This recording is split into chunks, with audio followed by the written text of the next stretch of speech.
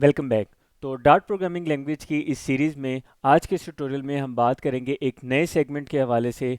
और हम ये देखेंगे कि डार्ट लैंग्वेज में हम फंक्शंस किस तरह से क्रिएट कर सकते हैं और फंक्शंस हमें किस तरह से हेल्प आउट करते हैं एक ही प्रोसेस को उसके हवाले से बार बार कोड करने की बजाय हम एक दफ़ा उसकी जो कोड्स हैं वो मेंशन कर देते हैं और बाद में उसी के अकॉर्डिंगली हम उसे कॉल करके अपनी जो बाकी सारी वर्किंग है उसको आसान बना लेते हैं। तो सबसे पहले हम ये देखेंगे एक सिंपलेस्ट फंक्शन कैसे क्रिएट करते हैं। तो मेन फंक्शन से बाहर हम यहाँ पे एक फंक्शन क्रिएट करने जा रहे हैं। ये चीज़ आप जहन में रखें, जैसे सी लैंग्वेज या बाद दूसरी लैंग्वेजेस में फंक्शन को डिक्लेयर करना ज़रूरी होता है, डार्ट प्रोग्रामिंग लैंग्वेज में ऐसी कोई रिस्ट्रिक्शन नहीं है। तो सबसे पहले हम फंक्शन नेम रखने जा रहे हैं। हम अगर एक यूट्यूब चैनल नेम हम प्रिंट करवाएं तो हम यहाँ पे लिखेंगे प्रिंट चैनल नेम। आपने कोशिश करना है कि फंक्शन का जो नेम है वो डिस्क्रिप्टिव हो। उसके बाद सिंपल इस तरह से पैरेंथेसिस यूज़ करेंगे जस्ट लाइक मेन फंक्शन, जैसे हमने मेन फंक्शंस के आगे पैरेंथेसिस यूज़ किए हैं। इन पैरेंथेसिस में पैरामीटर्स आते हैं जिसके बारे में हम आगे चल के डिटेल में बात करेंगे। उसके बाद हम कर्ली ब्रेसेस यूज़ करेंगे और यहाँ पे हम वो लाइन लिख देंगे, प्रिंट स्टेटमेंट लिखेंगे। प्रिंट स्टेटमेंट में हम लिखेंगे चैनल नेम लिख देते हैं, real Gulrez YouTube channel, right. आखिर में सेमी कॉलन। और इस फंक्शन को कॉल करने के लिए हम यहाँ पे मेन फंक्शन में जाएंगे और मेन फंक्शन में जाके हम इस फंक्शन को कॉल कर लेंगे।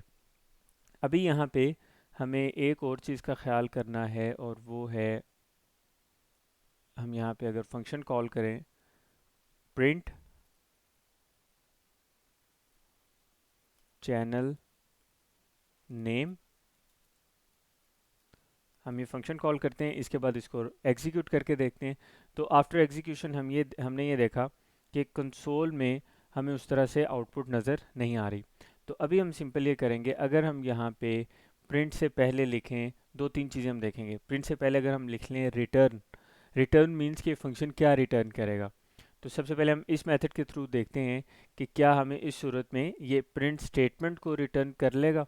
तो आपने देखा कि हमने मेन फंक्शन से जब इस फंक्शन को कॉल किया, ये फंक्शन यहाँ पे फंक्शन कॉल किया जा रहा है। मैं इसके आगे कमेंट्स में मेंशन करता हूँ फंक्शन कॉल, राइट। इस जगह पे जहाँ पे हमने ये स्टेटमेंट लिखी है, यहाँ बेसिकली हमने इस फंक्शन को डिफाइन किया है, इसे हम कहेंगे फंक्शन डेफिनेशन। फंक्शन डिफाइन कर दे कि फंक्शन करेगा क्या। तो जब ये फंक्शन कॉल हुआ प्रिंट चैनल नेम, तो बेसिकली हमने क्या किया, फंक्शन का नेम लिखा, पैरेंथेसिस यूज़ की, सेमीकोलन यूज़ किया। उसके बाद ये यहाँ से फंक्शन कॉल के थ्रू इसकी डेफिनेशन में आया। इस डेफिनेशन में आके उसने देखा क्या वर्किंग हो रही है। तो यहाँ सिंपल वर्किंग थी कि एक प्रिंट स्टेटमेंट रिटर्न कर रहा था ये फंक्शन। तो जो प्रिंट स्टेटमेंट रिटर्न किया इस फंक्शन ने वो वापस वहीं पे आ जाएगी जहाँ से ये फंक्शन कॉल हुआ था, और उसके बाद हमें आउटपुट में ये डिस्प्ले कर देगा। अब इसी तरह से फॉर एग्जांपल कोई स्पेसिफिक टास्क है, वो उसमें 5 to 7 लाइंस का कोड है उसमें, और वो आपने मुख्तलिफ जगहों पे आपको उसकी ज़रूरत पड़ सकती है। तो बार बार हम उसको वो कोड लिखने की बजाय हम उसका एक फ़ंक्शन बना देंगे और फिर उस फंक्शन को कॉल कर लेते हैं। तो इससे होता ही है कि हमारा जो प्रोसेस है प्रोग्रामिंग का, डार्ट प्रोग्रामिंग का, वो काफ़ी ज़्यादा इजी हो जाता है। दूसरा एक और इम्पॉर्टेंट चीज़ जिसको हमें जहन में रखना है वो ये है कि डार्ट प्रोग्रामिंग में हर चीज़, आपको शुरू में मैंने बताया था कि वो एक ऑब्जेक्ट कहलाएगी। तो यहाँ पे जो फंक्शन है ये भी एक ऑब्जेक्ट के तौर पे हम इसको डील करेंगे। तो इस वजह से ये एक जो डार्ट प्रोग्रामिंग है ये true object oriented programming language है। तो ये तो एक सिंपलेस्ट फंक्शन है जो अभी हमने यहाँ पे क्रिएट करके देखा। एक दो चीज़ें और हैं जिनका हमें यहाँ पे ख्याल करना है, वो ये है, अब हम बात करेंगे पैरामीटर्स की। पैरामीटर्स की कुछ बेसिक्स की बात करेंगे। तो हम पैरामीटर भी पास कर सकते हैं। पैरामीटर बेसिकली क्या होते हैं कि हम उनमें कोई वैल्यू पास करते हैं। अब यहाँ पे हम एक फंक्शन और क्रिएट कर लेते हैं। हम उस फंक्शन का नेम रख लेते हैं फॉर एग्जांपल एडिशन। तो यहाँ पे हम फंक्शन डिफाइन करते हैं।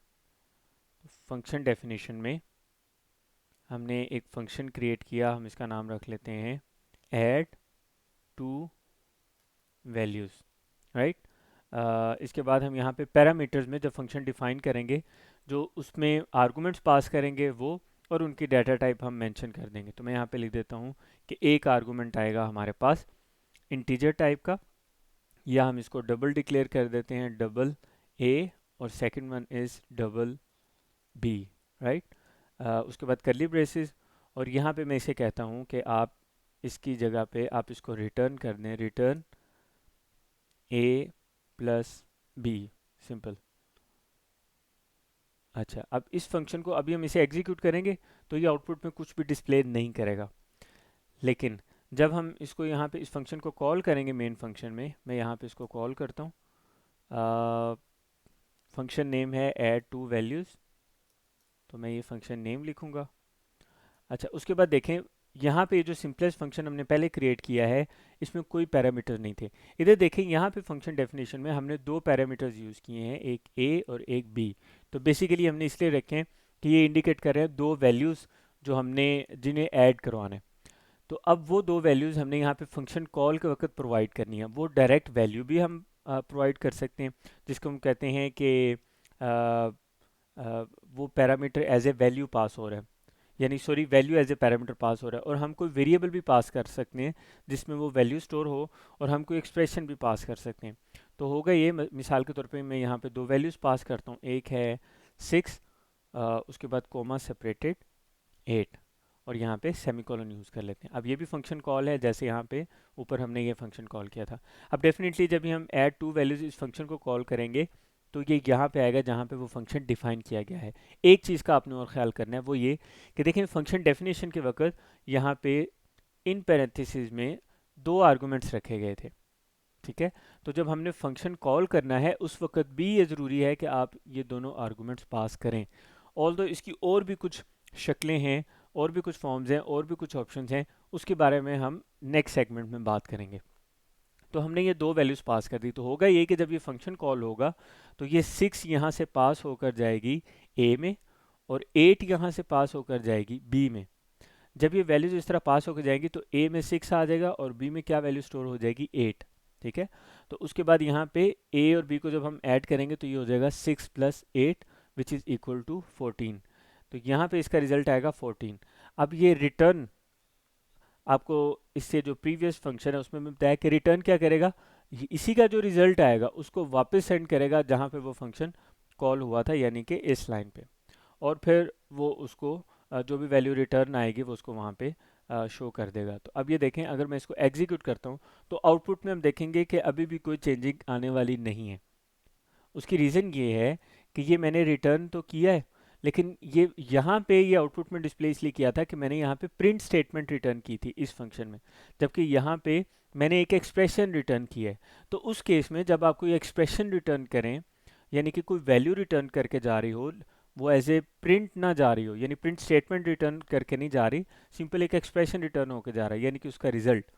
तो उस सूरत में क्या होगा, उस हवाले से हमारे पास दो ऑप्शन होते हैं। एक तो ये है कि मैं यहाँ पे भी प्रिंट स्टेटमेंट लिखूँ जैसे मैंने यहाँ पे लिख के आपको दिखाया। दूसरी ऑप्शन एक और है, वो ये है कि अब मैं ये फंक्शन यूज़ कर रहा हूँ तो मैं इस तरह से कर सकता हूँ कि यहाँ पे मैं प्रिंट स्टेटमेंट लिखूँ और उसकी जो पैरेंथेसिस हैं यानी कि उसकी जो ब्रैकेट्स हैं उसमें मैं ये फंक्शन लिखूँ, यानी ये प्रिंट स्टेटमेंट की स्टार्टिंग ब्रैकेट है, स्टार्टिंग पैरेंथेसिस है, और ये इसकी एंडिंग ब्रैकेट है। और इस प्रिंट स्टेटमेंट के दरमियान में मैंने लिख दिया ऐड टू वैल्यूज़, यानी कि वो फंक्शन कॉल किया और उन दोनों वैल्यूज़ को पास किया। जैसे यहाँ पे हमने प्रिंट स्टेटमेंट प्रिंट किया तो यहाँ पे मैंने क्या किया कि ये जो रिटर्न होकर जो भी वैल्यू आएगी वो यहाँ से पहले फंक्शन कॉल होगा, उसके बाद वो यहाँ पे आके कैलकुलेट करेगा, वापस वैल्यू यहाँ पे जाएगी। तो वो जब वैल्यू रिटर्न करेगा तो क्योंकि ये फंक्शन कॉल हुआ है प्रिंट स्टेटमेंट के अंदर, तो ये आउटपुट में हमें डिस्प्ले कर देगा। अभी हम इसको एग्जीक्यूट करके देखते हैं। तो हम इसे एग्जीक्यूट करेंगे, रन करेंगे, तो हमारे पास इस तरह से आउटपुट आ जाएगी। अच्छा, इसका एक और तरीकाकार भी है, वो भी हम देख लेते हैं। वो क्या पॉसिबिलिटी हो सकती है कि मैं मिसाल के तौर पे यहाँ पे एक वेरिएबल डिक्लेयर करता हूँ, मैं यहाँ पे लिखता हूँ डबल, और इसमें मैं लिखता हूँ रिज़ल्ट, ठीक है। रिज़ल्ट इज इक्वल टू, मैं यहाँ पे एक फंक्शन कॉल कर लेता हूँ यही वाला ऐड टू वैल्यूज़। मैं ऐड टू वैल्यूज़, अब जब ये फंक्शन कॉल करना है तो इसमें दो पैरामीटर्स भी पास करने पड़ेंगे, तो मैं दो वैल्यूज़ देता हूँ 3.5 कोमा सेपरेटेड, यानी फर्स्ट पैरामीटर जो कि ए में आएगा, और सेकंड पैरामीटर जो मैं यहाँ पे दूंगा वो हम कर लेते हैं 5.5, ठीक है। तो यहाँ पे आ जाएगा सेमीकोलन। अब ये हो रहा है फंक्शन कॉल। फंक्शन कॉल का क्या मतलब है कि ये जो फर्स्ट आर्गुमेंट है दैट इज़ 3.5। याद रखिएगा पैरामीटर को हम आर्गूमेंट भी बोलते हैं। 3.5 ये जाके ए में स्टोर होगा, 5.5 जाएगा बी में, राइट। उसके बाद ये यहाँ पे आएगा, ये इन दोनों को करेगा ऐड। तो 3.5 प्लस 5.5, ये आपके पास क्या आउटपुट में सॉरी आपके पास रिजल्ट क्या आएगा, ये हमारे पास रिजल्ट आ जाएगा 9, ठीक है। तो ये 9 जो है ये बाद में स्टोर किस में हो रहा है, रिजल्ट में जाके, यानी कि इस वेरिएबल में जाके ये स्टोर हो जाएगा। इस प्रोसेस को आप समझें। तो अभी हम अगर मैं इसको एग्जीक्यूट करूं, तो आफ्टर एग्जीक्यूशन आप देखेंगे कि आउटपुट में कोई भी फ़र्क नहीं पड़ेगा। क्यों? क्योंकि यहाँ से ये वैल्यू हमने पास भी की, कैलकुलेट होके रिटर्न होके रिजल्ट भी आ गया, और वो रिजल्ट में स्टोर भी हो गया, यानी कि इस वेरिएबल में, लेकिन हमने उसको डिस्प्ले नहीं करवाया। तो हम ये भी कर सकते हैं कि इस तरह फंक्शन कॉल करके उसके जो भी रिटर्न रहा है वैल्यू, उसको एक वेरिएबल में स्टोर करवाएं, और उसके बाद हम उस वेरिएबल को प्रिंट करवा लें। जैसे उसका रिजल्ट इस वेरिएबल में स्टोर है, रिजल्ट वेरिएबल में, तो मैं यहाँ पे लिखूंगा रिजल्ट और सेमीकोलन यूज़ करूँगा और इसको एग्जीक्यूट कर दूंगा। सो आफ्टर एग्जीक्यूशन आप देखेंगे कि हमारे पास वो रिज़ल्ट भी आ रहा है। तो ये कुछ सिंपल एग्जांपल्स हैं फंक्शंस के हवाले से जिन्हें हम यूज़ कर सकते हैं।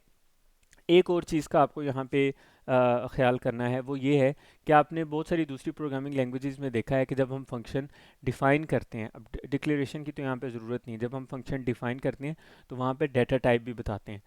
डार्ट प्रोग्रामिंग के केस में ये चीज़ ऑप्शनल है, लेकिन आप डाटा टाइप बता भी सकते हैं। अब इसकी एक एग्जांपल देखें, जैसे यही जो हमारे पास है ऐड टू वैल्यूज़, तो इसमें रिटर्न होके जा रहा है हमारे पास दो वैल्यूज़ को ऐड करके हम भेज रहे हैं, विच इज़ मोस्ट प्रोबेबली कोई इंटीजर वैल्यू जाएगी या कोई फ्लोटिंग वैल्यू जाएगी। तो डबल डाटा टाइप ऐसी है जो इन दोनों चीज़ों को हैंडल करती है। तो मैं ये जो ऐड टू वैल्यूज़ यानी जो फंक्शन है, इस फंक्शन की भी मैं रिटर्न टाइप स्पेसिफाई कर सकता हूँ। तो मैं यहाँ पे लिख सकता हूँ डबल, कि ये वाला जो फंक्शन है ये हमेशा डबल टाइप की वैल्यू रिटर्न करेगा। तो हम यूं भी इसको स्पेसिफाई करते हैं। अगर मैं इसको एग्जीक्यूट देखूं तो आप देखेंगे कि किसी किस्म का कोई एरर या प्रॉब्लम नहीं आएगी। तो यहाँ पे किसी फंक्शन का रिटर्न टाइप जो है वो लिखना या ना लिखना ये ऑप्शनल है।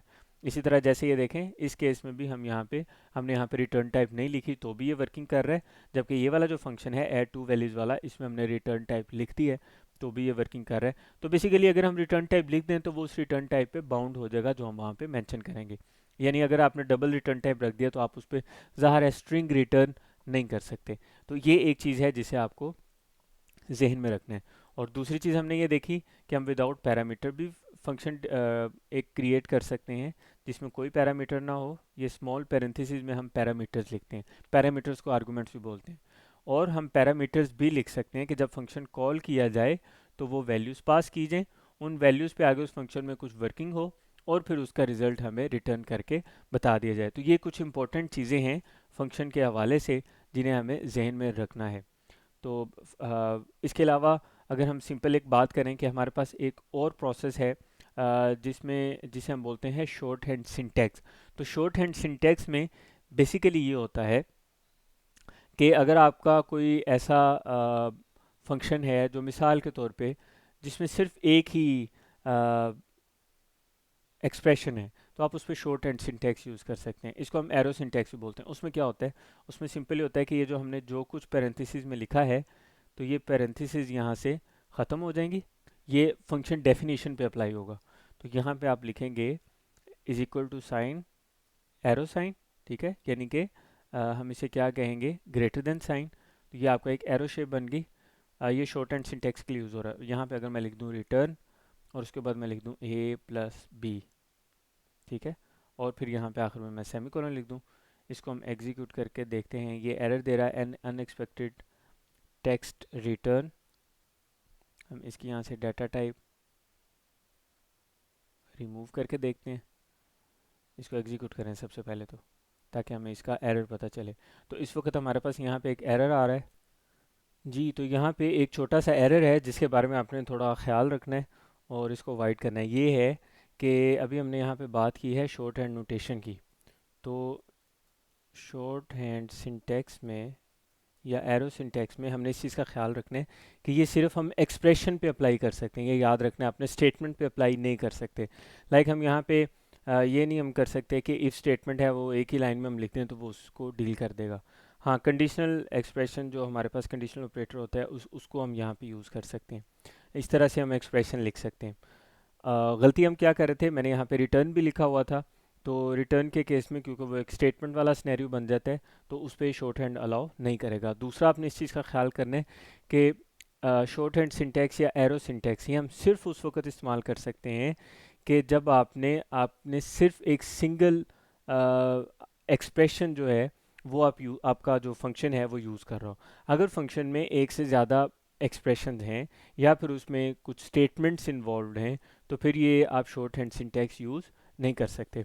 तो अभी हमने कुछ बेसिक कॉन्सेप्ट्स डिस्कस किए हैं फंक्शंस के हवाले से, और कुछ चीज़ें हमने पैरामीटर्स के हवाले से देखी हैं।